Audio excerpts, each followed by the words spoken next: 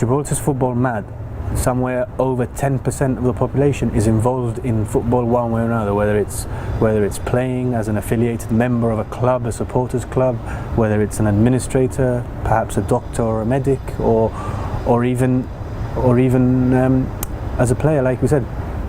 What can you tell me about the level of the Gibraltarian football? Did it become better over the last? It's become better since we've become UEFA members. Naturally, the infrastructural changes that all clubs have had to make, the medical care and attention that they're now giving their players, the nutritional side of things, and the diet, the lifestyle of the Gibraltarian player changed overnight. Can you see that the players have got another attitude since 2013? You can physically see it. You can more professional, and you can just see it by looking at them. Their body shape, their body type, the way they run on the pitch, the way they conduct themselves off it, the media aspect that comes with it as well.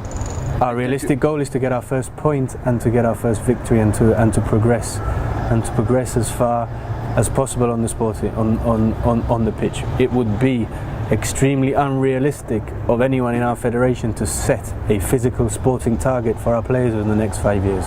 Can you take me back to the time before 2013? How did the football look like here? It was a very amateur setup of football, an amateur league where everybody again played at this stadium.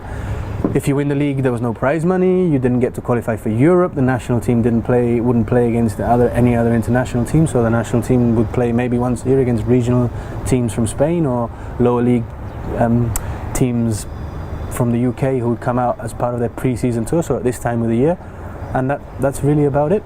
I've got some more questions about the stadium. Is it possible to ask you on the pitch? Yeah, let's have a walk down. All right. They were talking about a new stadium as well. Yep. Why isn't it being built? It hasn't been built for various reasons. Location in Gibraltar is one of the main problems. The land the size of a football pitch like this becomes very expensive, becomes very political, becomes very difficult to get hold of. So we've had some news very recently. The federation has bought the stadium off the government. It's now, as it stands, it's a municipal government-owned facility where everyone has access to, the community has access to.